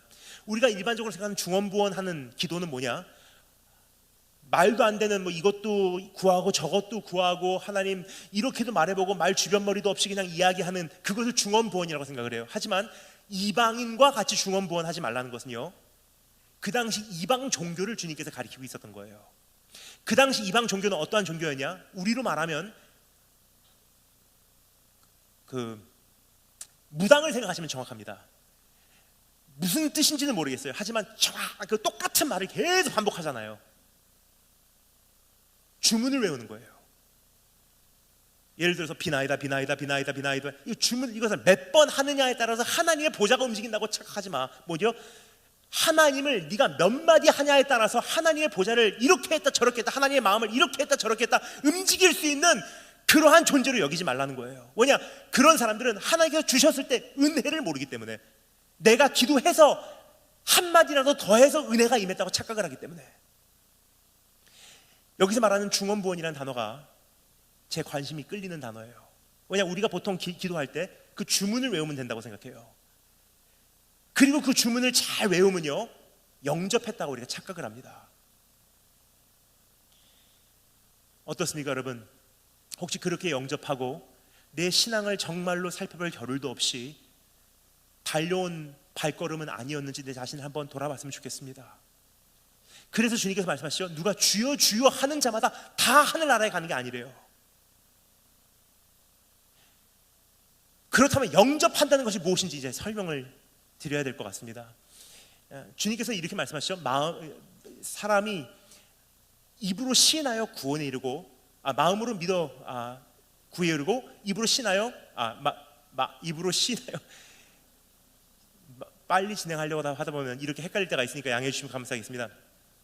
사람이 마음으로 믿어 구원에 이르고 입으로 시인하여 반대죠. 사람이 마음으로 믿어 의에 이르고 입으로 시인하여 구원에 이르느니라. 그 뜻이 뭔지 설명을 드리겠습니다. 이 말씀은요, 2000년 전 초대교회 당시에 기록된 말씀이라는 사실을 우선 기억을 해야 돼요. 그 당시 여러분 어떠한 상황인지 기억하십니까? 초대교회, 예수를 영접하면 목배임 당하는 시대예요. 예수를 영접하면 사자굴에 던짐을 당하는 시대, 예수를 영접하면 그 마을에서 생매장 당하는 시대였었어요. 가족에서 쫓겨남을 당하는 시대예요. 그런데 그 당시 한 사람이요, 나도 예수를 영접합니다라는 고백은요, 전도지 뒷면에 나와 있는 기도문 따라서 외우는 정도의 차원이 아니었다는 거예요. 2000년 전에 한 사람이 나도 예수를 영접합니다라는 고백은요, 번역합니다, 이런 뜻이에요. 나 죽어도 괜찮아요. 근데 난 차라리 예수 믿고 죽겠습니다. 그 고백이었었어요. 그렇게 마음으로 믿어 의에 이르고 입으로 시인하여 구원에 있으리라 라고 이야기를 한 거예요. 여기까지 말씀드리면 어떤 분들이 이렇게 질문을 하세요. 어떻게 그게 가능했습니까? 막 예수님께 막 복음 제시를 지금 받았는데 어떻게 나 차라리 예수 믿고 죽을래요 라고 어떻게 그 사람들이 말했겠습니까? 가능했어요. 왠지 설명드리겠습니다. 그 당시는요, 초대교회 때 한 사람의 복음을 영접할 때 어떠한 상황인지 여러분 상상해 가십니까? 할아버지께 어렸을 때 듣고 왔어요. 우리 할아버지께서 말씀 많이 하셨거든요. 언젠가는 메시아가 올 것이다. 언젠가는 메시아가 올 것이다. 할머니께 많이 듣고 자랐어요. 할머니 품에서 나는 어렸을 때부터 듣고 자랐어요. 언젠가는 진짜 왕이 오셔서 우리를 구원하실 거야. 학교에 가도 선생님이 말씀하시더라고요. 언젠가는 우리의 구원자가 오실 거야. 우리의 구원자가 오실 거야. 그런데 오늘 당신이 나에게 소개해 주시는 그 구원자가 예수님이 이제 내 안에서 납득이 되어버렸기 때문에 난 드디어 메시아를 만났기 때문에 난 차라리 예수 믿고 죽겠습니다. 그렇게 마음으로 믿고 입으로 시인하면 구원이 이르리라. 근데 우리가 생각하는 영접하는 기도는요, 예수가 누군지도 모르고 그분이 왜 필요한지도 모르고 왠지 기도 응답받을 것 같고 그래서 그냥 따라서 하라니까 뒤에 따라 해보고 즉각적으로 그냥 교회에 들어와서 어느 사이에 신앙생활에 익숙해지고 그러다가 직분이 생기고 그러다가 봉사가 신앙생활인 줄 알고 착각하다가 하나님 나라까지 갑니다. 내가 너희를 도무지 알지 못하노라. 예수를 영접한다는 것이 뭔지 설명드릴게요. 예수를 영접한다라는 표현보다도 가장 정확한 더 좋은 표현이 있습니다. It is to welcome him with joy and gladness. 번역합니다. 예수 그리스도를 기쁨과 즐거움과 감격으로 환영합니다. 그게 영접한다는 뜻이에요. 근데 내가 알지도 못하는 그분을 어떻게 환영합니다 라고 얘기할 수 있겠습니까? 성경에서 말하는 영접한다는 것은요, welcome이에요. welcome. 환영합니다. 그럼 예수 그리스도를 그렇게 환영하고 있는가라는 질문이에요. 그러니까 어떤 분들은 여기서 또 미소를 지으십니다. 그렇게 하고 있죠. 한번 점검해 보시기 바랍니다. 왜 그렇게 할 수밖에 없는지. 나는 내가 갖고 있는 예수상은요, 너밖에 없다. 내가 너를 사랑한다. 사랑한다 아들아, 사랑한다 딸아, 내가 너를 잘 아노라. 너는 사랑받기에 태어난 사람이야. 내가 너를 귀하게 쓰기를 원하노라. 세계적인 무대 위에 세우리라. 응답하리라. 축복하리라. 그런 예수를요, 누가 환영 안 하겠습니까? 그런 예수는요, 웬만하면 다 좋아해요. 근데 오늘 이 말씀에 뭐라고 기록되어 있죠? 예수 그리스도께서 이 땅에 자신께서 만드신 세상을 밝히시는 빛으로, 하나님의 말씀 진리로 오셔서요, 어두움을 밝혀버리신 거예요. 그래서 세상이 예수를 영접하지 아니하였고 기록하고 있어요. 뭐냐? 예수님의 예수님 되심은요, 나에게 맞춰주시는 분이 아니라는 거예요. 예수님이 예수님 되심으로 나에게 오심은요, 굉장히 많은 경우 진짜로 영접하기가 어려워요. 성경에서 말하는 예수님, 가장 적합한 표현이 있습니다. 성경에서 뭐라고 말하죠? 우리 여호와 하나님은 소멸하는 불이라 그래요. 우리 여호와 하나님은 소멸하는 불이라. 저 어렸을 때 그 말씀이 좀 이해가 안 갔습니다. 왜 하나님을 물로 표현하지 않고 불로 표현했을까? 희한하다고 생각 안 하세요? 그래서 고민을 했어요. 왜 하나님을 물로 표현하지 않고 불로 표현했을까? 근데 어떻습니까, 여러분? 우리 중고등부 학생들, 왜 하나님을 물로 표현하지 않고 불로 표현했을까요? 물은 차갑고 불은 뜨겁다. 아니에요. 그건 초등학생들이나 얘기하는 대답이고, 물과 불 차이가 뭘까요? 답을 드릴게요. 성경에 그 말씀이 기록되어 있는 그 말씀을 배경으로 설명을 드리면요, 바로 이런 뜻이에요. 물하고 불 차이. 물은요, 담는 그릇으로 인해서 물의 형태가 정해집니다. 물을 컵에다가 담으면요, 물의 형태는 곧 컵이에요. 물을 병에다가 담으면 물의 형태는 곧 병이에요. 물을 네모에다가 담으면 물의 형태는 네모. 어렵게 생각하시면 안 됩니다. 답은 질문 안에 담겨져 있습니다. 물을 세모에다가 담으면 물의 형태는 동그라미, 담으면 물의 형태는 동그라미. 물은 언제나 그릇 이상을 못 넘어요. 그릇 안에 그 형태를 존중합니다. 그런데요, 불은 어떻습니까? 불이 담는 그릇의 형태를 좌우해버려요. 불을 담는 그릇이요, 아무리 네모를 주장해도 불이 그것을 허용하지 않으면 소멸해버리면 그만이에요. 불이 담깁니다. 그릇인 내가 이렇게 주장해요. 하나님, 내 인생은 네모입니다. 네모 이상을 내가 가기 싫습니다. 그런데 하나님께서 담기시잖아요. 하나님 불이 아니에요. 소멸하신 불이기 때문에 소멸해버려요. 우리가 하나님을 섬긴다는 것은요, 그냥 축복하시고 사랑해 주시고 맞춰 주시고 너밖에 없다, 내가 너를 아노라, 내가 너를 축복하노라, 그런 하나님 누가 싫어하겠어요? 영접하기 굉장히 쉬워요. 그런 하나님은요, 할렐루야 하고서 우리가 환영해요. 근데 세상이 예수 그리스도를 영접하지 못한 이유가요, 진리, 하나님의 기준으로, 하나님의 잣대로 우리에게 다가오시고요, 말씀으로 찾아오시고요, 빛으로 비춰주시기 때문에 우리하고 안 맞거든요. 근데 그분께서 오시면요, 어떻게 오시냐? 하나님, 내 인생 일주일에 한 번 이상은 교회 안 가지 않습니다. 헌금 예산대로 하겠습니다. 이 이상은 요구하지 마세요. 예배가 2시간 이상 넘어가면 골치 아픕니다. 성경은 하루에 한 장만, 기도는 하루에 10분만. 몇 살 때까지는 뭐 해야 되고요, 몇 살 때까지는 뭐 해야 되고요, 몇 살이 지나면 여유가 되면은 내가 선교하겠습니다. 내 틀이 있어요. 내 몸은 내 몸, 새 몸은 새 몸. 내 인생에 틀이 있다는 거예요. 근데 주님께서 내 인생에 담겨지려고 할 때, 그때부터 마찰이 시작돼요. 근데 우리 주님은 어떻게 하신 분이라고요? 그래, 네가 인생에 대한 확실한 생각이 있구나, 존중해 줄게. 아니에요. 그분이 오실 때는요, 소멸해버리세요. 제일 먼저 우리 삶에 오셔서 말씀하시는 것, 회개하라, 내려놔라, 헤어져라, 이별해라, 버려라, 자기 자신을 부인해라. 그때부터는 불편해져요. 어떻게 그렇게 나에게 요구하시는 분에게 기쁨과 즐거움과 감격으로 환영합니다 라고 이야기할 수 있겠습니까? 그래서 우리가 신앙생활 할 때 굉장히 많은 경우 내가 만들어낸, 내가 원하는 예수상하고 교제하고 있지, 성경에서 말하는 The Great I Am, 나는 난이라 말씀하시는 하나님하고는 교제하고 있지 않다는 거예요. CS도 조금 전에 말씀드렸죠. 나니아 연대기에서 예수 그리스도의 형태를 상징하는 아스완이라고 하는 사자가 있어요. 그 사자에 대해서 C.S. 루이스는 이렇게 소개합니다. 길들여지지 않은 사자래요. 우리가 원하는 것은요, 길들여진 사자를 원해요. 길들여진 예수를 원해요. 근데 예수님이 예수님 되심으로 내 삶 속에 오실 때는 길들여지지 않은 모습으로 오신다는 거예요. 그거 죄야 내려놔. 그거 교제에 방해돼. 그거 버려. 그 정도 가지고는 10년이 지나도 나를 만날 수가 없어. 네 삶을 바꿔라. 회개하라. 천국이 가까이 왔느니라. 그때부터 불편해요. 하나님, 아무래도 우리의 교제는 딱 여기까지인 것 같습니다. 그 틀을 못 넘어가요. 그 틀을.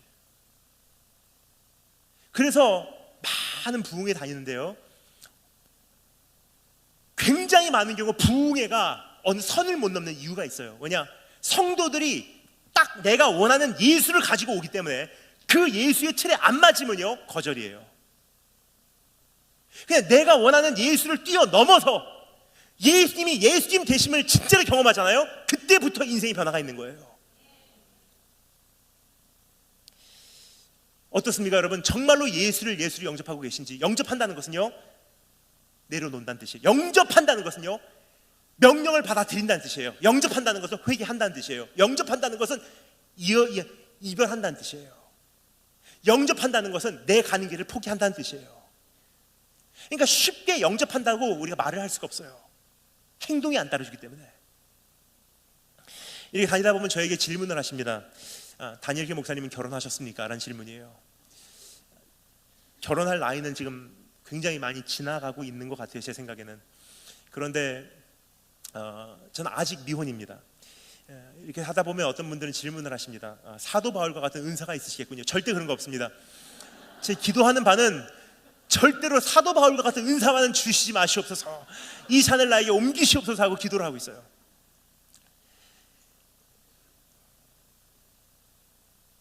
사실 저는 이제 오래됐습니다. 근데 아주 오래전에 기도하던 가운데 하나님, 이런 자매면 괜찮을 것 같습니다 라는 사람을 만난 적은 있어요. 이런 자매 같으면 하나님 정말로 저하고는 제 좋은 짝이 될 것 같습니다. 그 자매를 놓고서 제가 기도를 했어요. 근데 해보신 분들 잘 있으실 거예요. 하나님, 이게 주님 뜻이지요? 라고 기도하는 것은요, 거의 이런 뜻이에요. 내 마음은 정해지고 정해졌사오니. 그때는 하나님께서 무슨 말씀을 하셔도 안 들려요. 그냥 예의상 점검하고 허락을 받으려고 한 것이 사실은 내 마음은 정해졌어요. 하나님, 주님 뜻입니까? 했는데 주님께서 무슨 말씀을 해주셔도요, 그걸 번역하는 능력이 생기더라고요. 지금 돌아보니까 하나님께서는 네 짝 아니야 라고 말씀하신 것 같아요. 근데 그 당시는 어떻게 들렸냐면요, 이렇게 해서 만나고 저렇게 해서 우연히 거기 있었고, 그 사람이 거기 있어. 이거는 운명이야. 하나님 뜻이구나. 하나님 음성도 내 삶도 나에게 맞춰서 기가 막히게 해석을 해내더라고요. 이 사람의 창조력이에요. 영어로 이런 표현이 있습니다. Hindsight 2020. 사람의 인생은요, 앞으로 가는 것은, 앞으로 바라보는 그 시선은 굉장히 힘이에요. 이건가 저건가, 이 길인가 저 길인가. 근데 Hindsight, 뒤를 돌아보는, 내 인생을 거꾸로 뒤로 돌아보는 인생을 향한 시력은 2.0, 2.0이라는 미국 속담이 있어요. Hindsight 2020. 지금 그래요. 돌아보니까 진짜 아니었네, 큰일 날 뻔했네. 근데 그 당시는요, 마음이 가고 나니까 해석까지 해버리는 거예요. 그리고 지금까지 있었던 모든 만남과 우연히 마주친과 이것을 그냥 하나님의 뜻으로 탁 끼워 맞춰버려요. 근데 하나님께서 저에게 음성을 주셨던 것 같아요. 네 짝 아니야, 너하고는 안 맞아.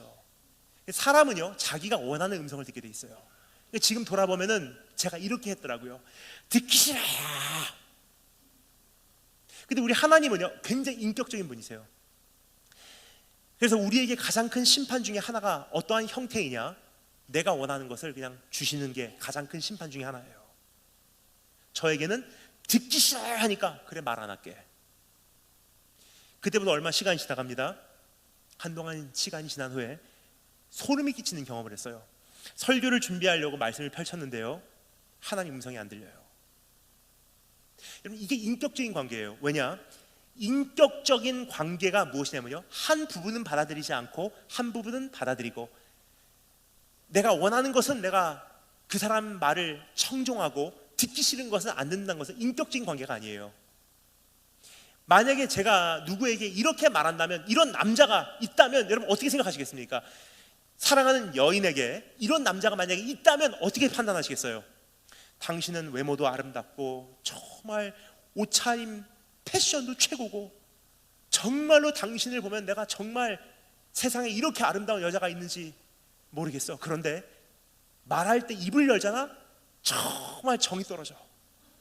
그러니까 제발 내 옆에 있을 때 말은 하지 마. 이런 남자가 있으면 뭐라 그러죠? 나쁜 사람이라 그래요. 왜요? All or nothing. 누구하고 인격적인 교제를 한다는 것은요, 그 사람의 전체를 받아들이냐 안 받아들이냐예요. 그러니까 주님과 우리와 인격적인 교제를 한다는 것은요, 내가 너를 축복하노라, 내가 너를 사랑하노라, 사랑한다 아들아, 사랑한다 딸아, 내가 너를 언제나 귀하게 세계적인 무대 위에 세우리라, 그것만 받아들이고요, 내가 불편하게 생각하는 것은, 안 받아들이는 것은 인격적인 관계조차가 아니라는 거예요. 제가 그랬어요. 설교할 때 주님 말씀을 듣기를 원하는 건 있어도요, 그 교제에 대해서 말씀하시는 건 제가 듣기 싫었어요.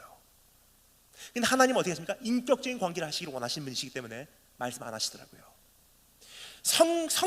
설교를 준비하려고 앉았는데 하나님의 음성이 안 들리는 거예요.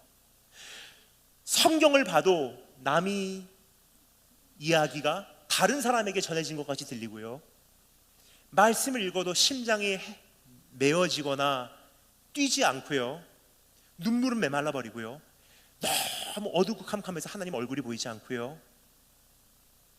비상에 걸린 거예요. 하나님, 저 어떻게 하면 좋습니까? 어떻게 하면 좋습니까? 그래서 한참을 기도했어요. 정말 오랫동안 기도해서 나 좀 회복시켜달라고. 그 기도의 과정을 통해서 깨닫게 됐습니다. 내 짝 아니었구나. 한참을 회개 기도합니다. 하나님, 이제 내려놓을게요. 이젠 다 정리할게요. 이제는 정말 주님의 길 정통으로 바로 달려가겠습니다. 그렇게 기도하면서 마무리하는 과정 가운데 이 질문을 제가 꼭 묻기를 원했어요. 이거 안 묻고는 제가 못 넘어가겠더라고요. 주님, 다 정리할게요. 그런데 주님, 한 가지만 여쭤보겠습니다. 왜 안 돼요? 그날 주님께서 저에게 하셨던 말씀, 소크라테스 같이 질문을 질문으로 답하시더라고요. 주님, 왜 안 돼요? 그런데 주님께서 저에게 주시는, 마음에 주시는 음성은요, 너 그 그림 기억나니? 그러세요. 여러분께 생소한 표현이시겠지만 저에게는 딱 알아듣는, 저에게는 응답이었어요. 그 그림이 무슨 그림이냐? 저는 13년 전에 목사 안수 받고 선교사 파송 받고 선교지로 출발을 했어요. 열방을 향한 전방위 선교사로 출발을 했지만 일단 처음 발판은 중국 베이징이었습니다. 그래서 중국에서 처음 사역할 때 사실 굉장히 흥미진진하고 즐겁고 행복하고, 하지만 굉장히 가난하고 배고프고 외로웠어요. 저를 파송한 교회 출발할 때 저에게 한 달에 200불 선교 헌금 약속하시더라고요. 전도사였다가 한 달에 200불씩 주신다고 하니까 큰 돈인 줄 알고 출발했는데 중국 들어가서 보니까 생활도 안 된 돈이에요. 진짜로 배고팠어요. 힘들게 살았어요. 하루에 용돈이요, 10,000원 가지면 아침, 점심, 저녁, 버스값, 이동, 커피까지 다 마셔야 되는 돈이에요. 그렇게 하고 제가 오고 다녔던 곳들을 이렇게 돌아보잖아요. 진짜로 무지무지 더운 곳과 무지무지 추운 곳 많이 다녔던 것 같아요. 그 당시 제가 갔던 곳 중에서 가장 더운 곳, 영상 55도, 60도 되는 곳이세요. 사우디아라비아 쪽인데 거기는요, 뉴스 보도에는 49도로 나와요. 왜냐, 50도가 딱 돼버리면요, 노동자들 일을 중단시켜야 되니까. 근데 자동차 타서 시동을 걸잖아요. 계기판에는 60도로 나와요. 그러니까 노동자들은 일하면서 왜 이렇게 더워? 왜 이렇게 더워? 하고 뉴스를 보면 49도. 가장 추운 곳, 제가 다녔던 곳 중에 영하 45도예요. 그걸 오고 다니면서 기차로 이동하고요, 실크로드 타고서 계속 이동했던 기억이 납니다. 그러다 어느 날 하나님께서 한국에서 집회를 허락해 주셔서 대한민국 청소년 청년들을 찾아보고 말씀을 전하기 시작했어요. 처음에는 제가 서야 될 자리가 아니라고 생각했어요. 왜냐, 중국에서 비공개로 숨어 있어야 될 선교사지 공개적으로 나타나서는 안 되는 사역자이기 때문에.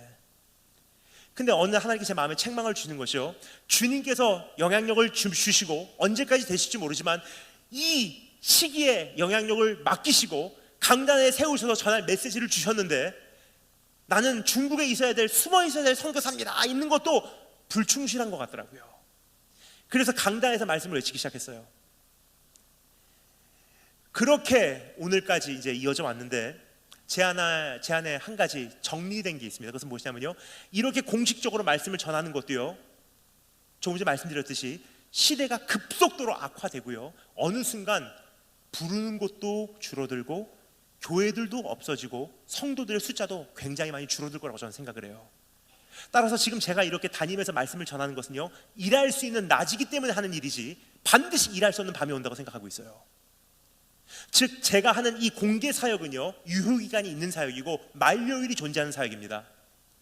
그러면 이것이 5년 후가 됐든 10년 후가 됐든 더 이상 일하지 못하는 그날이 오면요, 전 다 정리하고 처음 시작했던 그곳으로 돌아가서, 그것이 중국이든 일본이든 중동이건, 거기서 또 한 사람의 선교사로 이름도 없이 빛도 없이 주님 섬기다가 마지막 날까지 주님 섬기다가 주님 맞이하는 것이 소원이에요. 그런데 그림이 그려져요. 이미 다시 이제부터 5년 후건 10년 후건 그 자리 가면요, 그날은 이제 양복 입을 일 없을 거예요. 또 다시 선교사의 한 사람의 모습으로 거기서 배고프고 가난하고 춥고 덥고 끊임없이 머리 들 곳도 없이 이동을 하다가 그곳에서 주님 맞이하는 것이 제 소원이고 제가 그리는 그림이에요. 밤에 기도할 때 제 머릿속에 매일 그리고 있는 그림입니다. 그래서 주님께서 그날 물어보셔요. 주님, 왜 그 자매는 아니에요? 그러니까 주님께서 물어보시죠. 그 그림 기억나니? 주님, 물론 기억하죠. 매일 밤마다 기도하고 있는데요. 그래서 주님께서 그때 정말 납득이 되는 한마디 하시더라고요.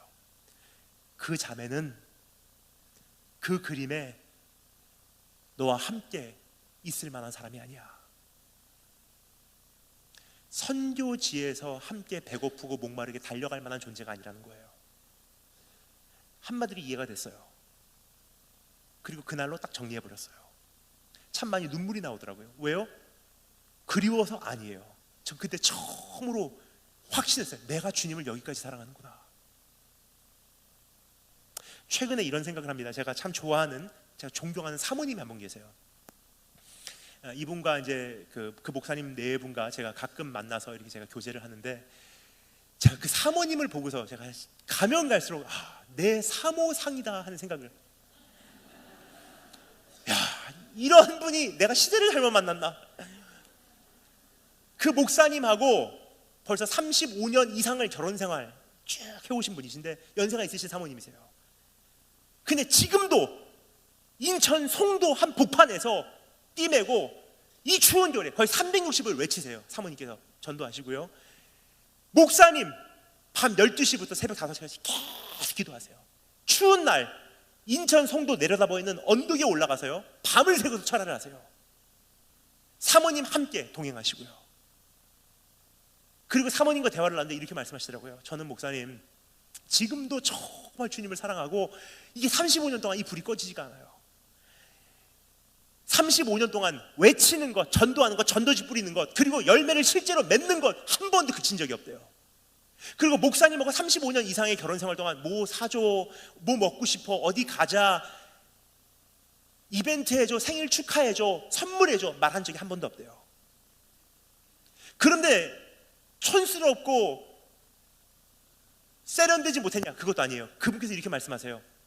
전도하는 사람은 사람들 앞에서 우리 주님을 증거해야 되기 때문에 최소한도의 가장 예의를 갖춘 깔끔함이 있어야 된다는 거예요. 그분을 보면서 제가 이런 생각했어요. 시대를 잘못 만났구나. 이게 제가 갖고 있는 배우자 기준이에요. 그럼 어떤 분들 여기서 질문을 하세요. 요즘에는 그거 안 통해요. 그런 사람 없습니다. 이제는 아내뿐만이 아니라 장모님까지 그렇게 모셔야 되는 시대인데, 근데 이런 생각을 해요. 사실 요즘 시대에 참 좋은 점도 많은 건 확실해요. 옛날에는 정말로 가정을 마다한 사역자들도 있긴 합니다. 그러나 제 입장을 말씀드리면요, 시대가 너무나 이러한 시대로 급속도로 흘러가고 있기 때문에 추가 완전히 기울어져 버린 거예요. 가정사역. 근데 여러분, 이런 때도 있었던 거 기억하십니까? 내 남편은 내 남편이기 전에 하나님 종이에요.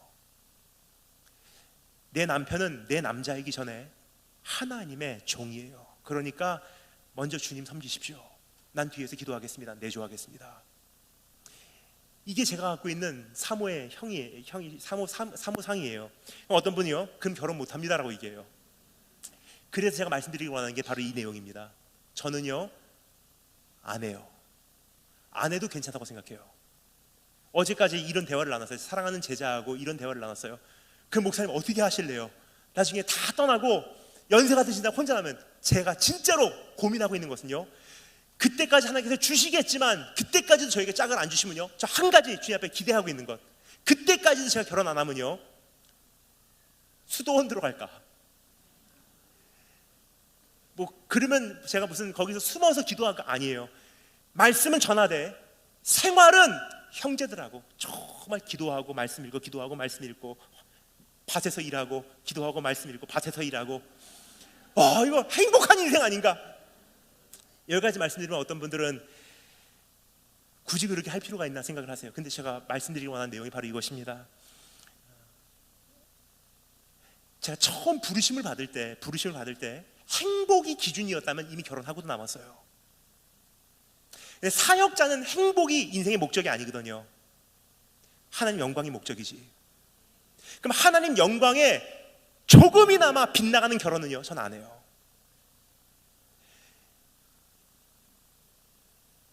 주님께서 그거 말씀하시더라고요. 그래서 제가 그날 다 정리를 했는데 눈물이 나와요. 그리워서 보고 싶어서 아니에요. 근데 처음으로 진짜로 제가 안에 결심이 서더라고요. 내가 주님을 여기까지 사랑합니다. 여러분, 오늘 하나님께서 우리에게 요구하신 게 있으실 거예요. 네가 나를 사랑한다고 말만 하지 말아라. 네가 나를 영접한다고 기도만 하지 말아라. 네가 신앙생활 한다고 영생을 얻었다고 착각하지 말아라. 예수 그리스도를 영접하고 그래서 영생을 얻는다는 것은요, 죄의 자리에서 떠나라는 거고요, 죄를 짓게 하는 그 사람과의 관계 정리하라는 거고요, 부정한 그 자리에서 나오라는 거고요, 매번 죄를 질 줄 알면서 그 자리를 향해서 나가는 발걸음을 중단하라는 거고요, 그거 하기 전에는 내가 예수를 영접했다고 말하지 말라는 거예요. 예수를 영접한다는 것은 기도문이 아닙니다. 예수를 영접한다는 것은요, 나에게 엄격한 네 자신을 부인하고 십자가를 지고 나를 쫓으라는 그 부르심, 와서 죽고 참된 생명을 얻으라는 주님의 부르심 앞에 기쁨과 즐거움과 감격으로 환영합니다 하는 게 영접하는 기도예요. 받아들이시겠습니까? 아니면 여러분에게는 이게 부담되는 내용이십니까? 특별히 우리 청소년 청년들에게 제가 권면드립니다. 예수를 영접하는 것은요,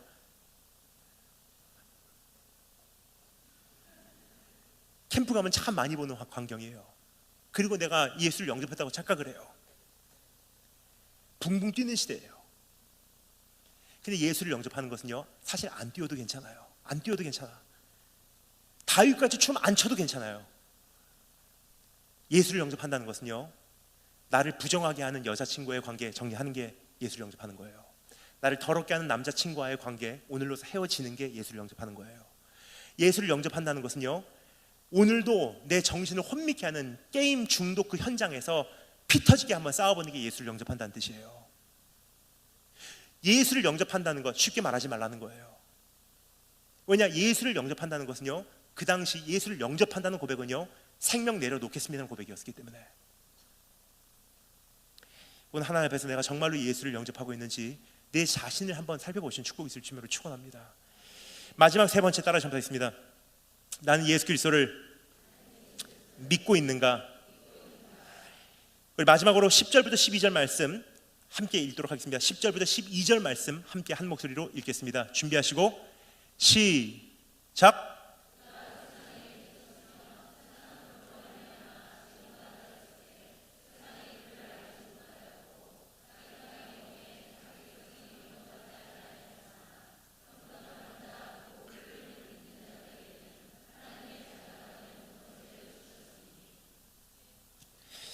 예수 그리스도를 믿는 자, 하나님의 자녀가 되는 권세를 주십니다.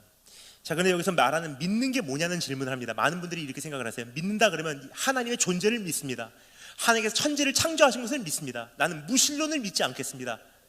근데 여러분, 믿는 거는 그 정도 차원이 아니에요. 그 정도 믿음이라면요, 변화가 없어요. 그렇게 성도들이 많다고 하는데, 적어도 자칭 성도가 그렇게 많은데 왜 변화가 없냐는 거예요. 왜냐? 그들의 믿는 믿음이 뭐냐? 하나님이 존재하는 것을 믿습니다. 창조론을 믿습니다 차원이기 때문에.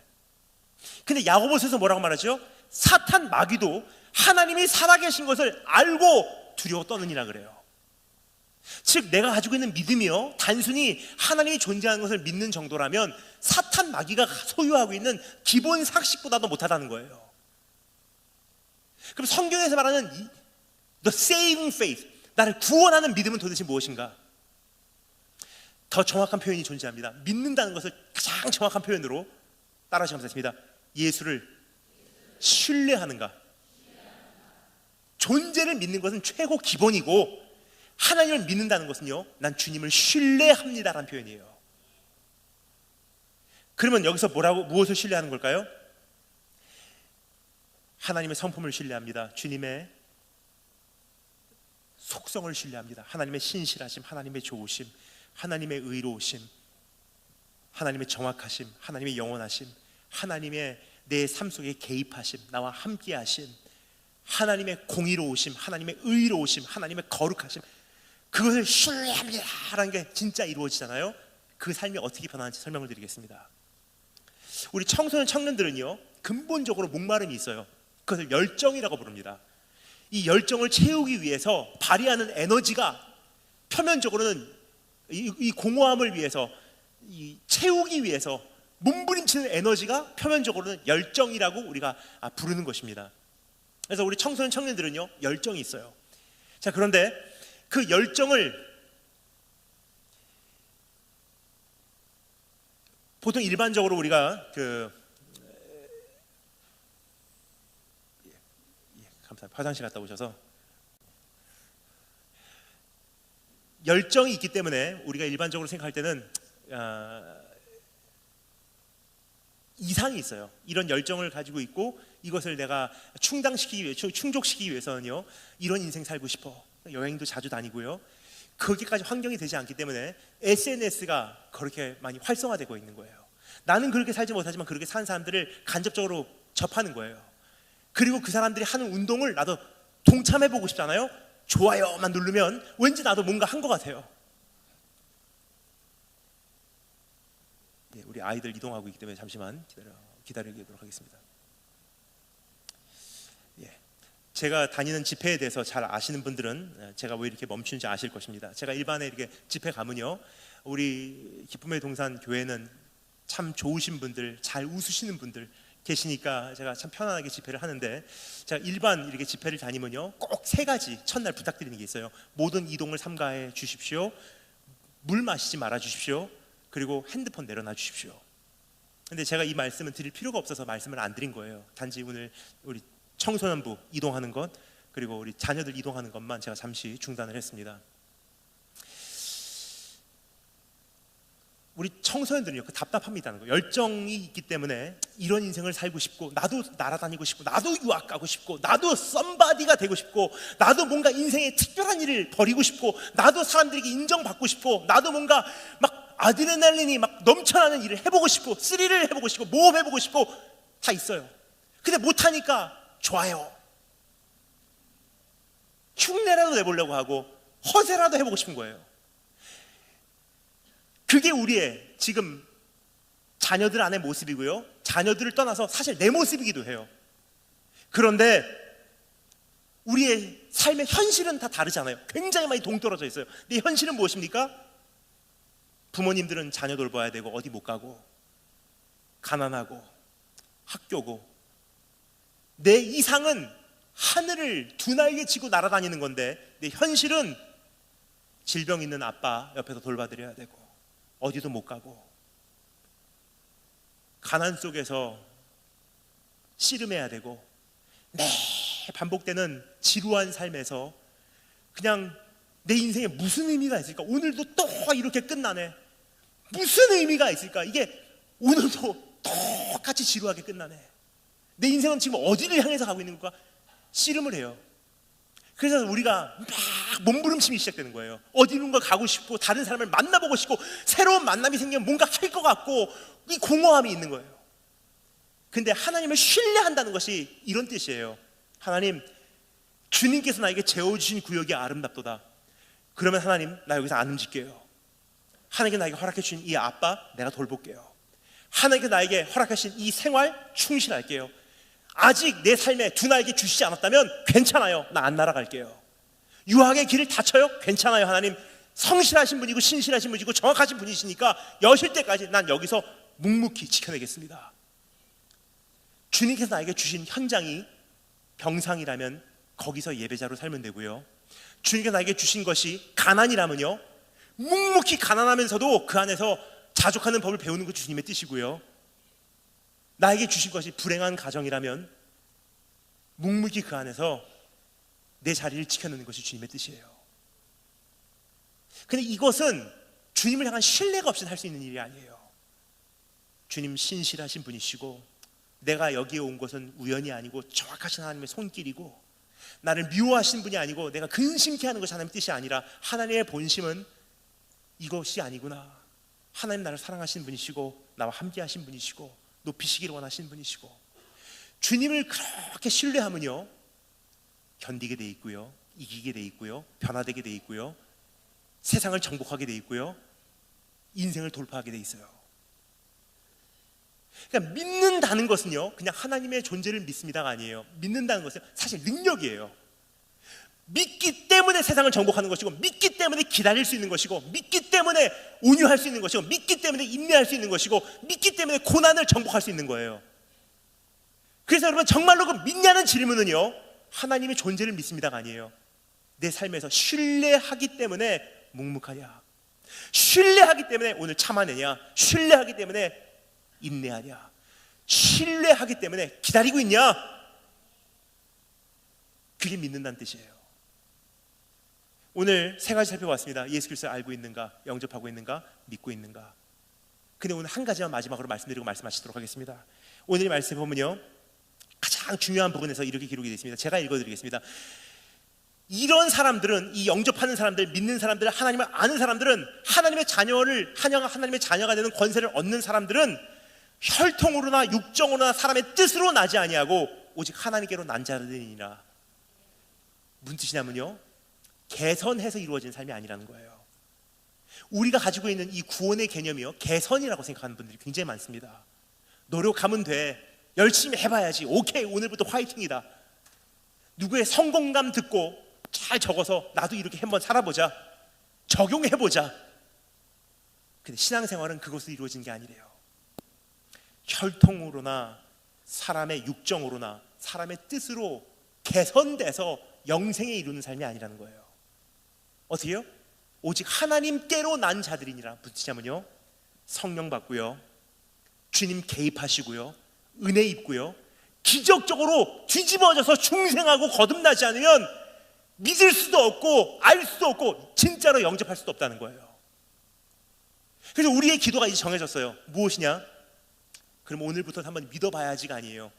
오늘부터 한번 내가 영접해 봐야지, 알아봐야지, 인정해 드려야지가 아니에요. 노력으로 이루어진 삶이 아니라는 거예요. 한 가지 해야 돼요. 딱 유일하게 한 가지 남았어요. 주님 앞에 무릎 꿇고, 하나님 내가 주님께로 나지 않으면, 기적이 일어나지 않으면 나 같은 존재는 중생을 경험하기 어렵네요.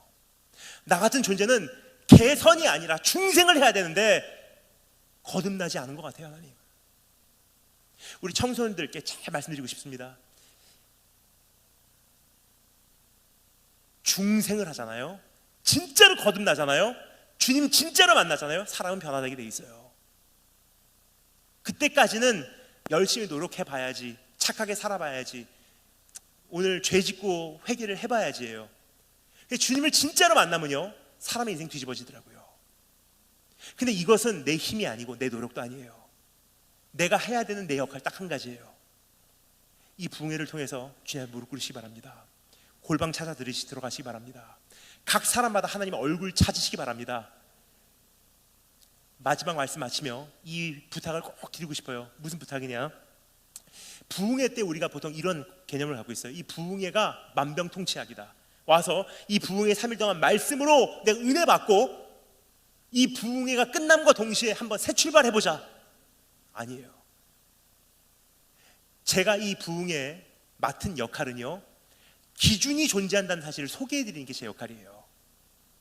그 기준을 소개받은 이상 성도님들의 역할은 무엇이냐면요, 이 부흥회 도중부터 이 부흥회가 끝난 이후까지 지속적으로 그 기준에 합당한 존재로 살기 위해서 각각 주님 개인적으로 만나셔야 되고요, 각각 개인적으로 골방 찾아 들어가셔야 되고요, 각각 주님 앞에서 중생과 거듭남과 능력과 은혜를 경험하지 않으면 마지막 날 주님 앞에 책망드릴까 두렵습니다. 오늘 하나님 앞에서 이제 내가 어떻게 살아가야 할런지, 정말로 내가 예수님을 영접했었던가, 내가 정말로 주님을 신뢰하였던가, 내가 정말로 주님을 인정하였던가, 내가 정말로 주님을 알아보았던가, 내 자신을 신중히 살피시고 하나님 앞에서 가슴을 찢으실 수 있는 기회가 되기를 주님으로 축원합니다.